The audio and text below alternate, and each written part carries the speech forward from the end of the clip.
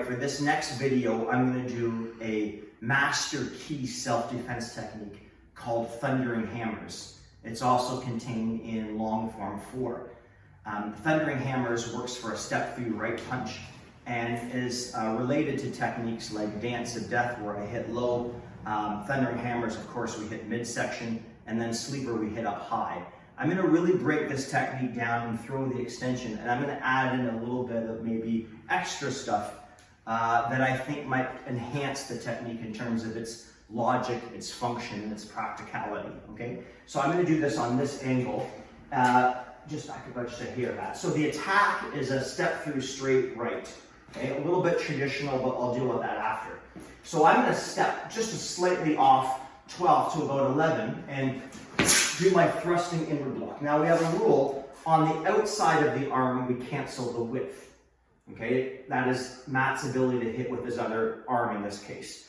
Okay, but keep in mind, this is a bit of an ouch, that any technique in American Kenpo where I'm on the outside of the arm and I choose to go right to their elbow, I break a rule.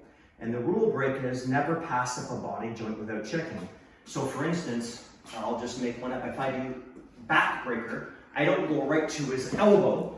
I better go wrist elbow before I get my eye shot in, because that's safer than going all the way to the elbow. When you're a higher rank, sometimes you can get right at the elbow, but certainly if you're, I don't know, a purple belt, you can think of instances where you go right to the elbow and you think, boy, that was awfully close. So we break a rule. An easy way to break, to follow the rule would be, okay, I'm going to do the punch now. I'm going to go snap his arm and then go into my forearm. And you see it didn't do anything. I just simply slow it down for safety. I go wrist, elbow, and then I get my forearm shot. So I got a little elbow break in, and I went wrist, elbow. I didn't pass up the body joint without checking. However, I'm going to keep this textbook. So he does the step 3 right now. Keep in mind, my hands are down, so I must do a thrusting inward block. And something else to think about, thrusting inward blocks are not good because my hands were not in an optimal position. When my hands are up and I do a hammering inward block, my hands are in an optimal position. So right away I break another rule, get our hands on top. I'm not doing that. Okay, but the commercial model, self-defense, I'm in this position. He does the punch, and I go elbow, and I hit him with the forearm. This hand's caught. This is bad. Notice I'm also attacking his legs. Hit his kidney, and I check. Now I don't check and then rechamber, because we don't block, cock, or check as a separate motion. As I get on his elbow, this hand is already in orbit. Okay, so we try this again, and he goes, I go back of the neck.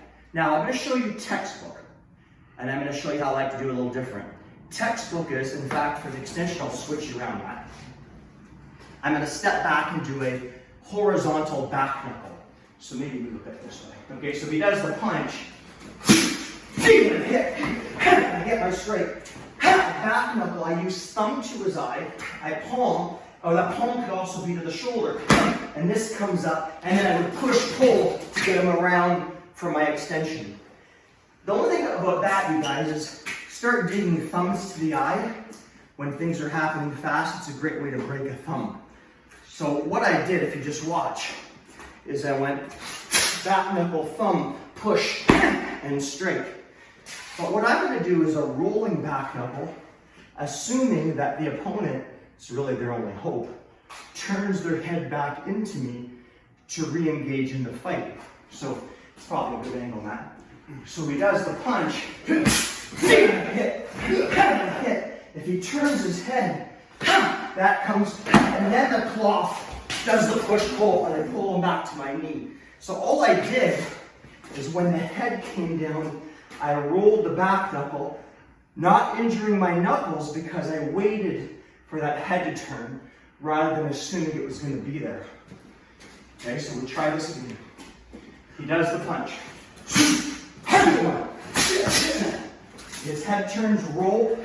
Now I push and pull. I pull on the chin and push on his elbow. And I put him on my knee. Here comes the extension.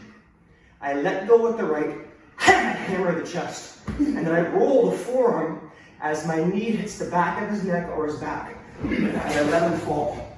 This could be a stomp, a groin, face. This could also be a knee, and I make my kick.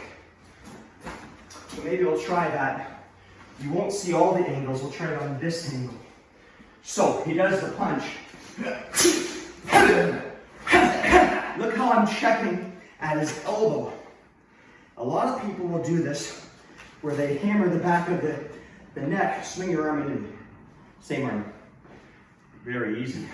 So I want to check at the joint, maybe even grab it. Now turn your arm into me. So I control the whole joint. So you go, the punch comes, turns the head, and I spin that. Get a good angle here. I let go with the right, hammer. As I roll, the knee hits. I step, I kick, and I'm out. That is thundering hammers with the extension.